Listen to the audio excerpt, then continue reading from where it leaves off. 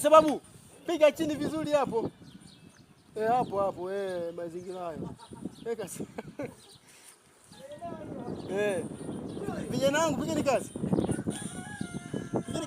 Pigeni kazi vizuri hapo, hiyo mbao kisha unaisenga vizuri maana. Wewe Masu. Hebu shtuka kapige kwenye mbao kule chini.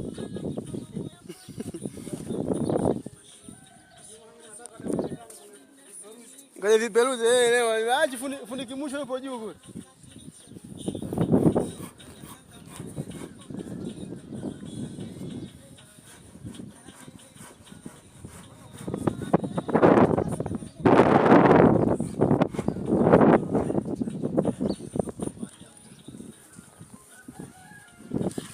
Bwana hiyo.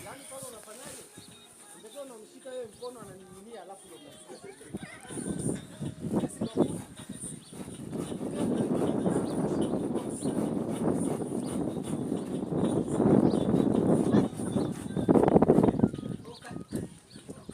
Bana Kijenge.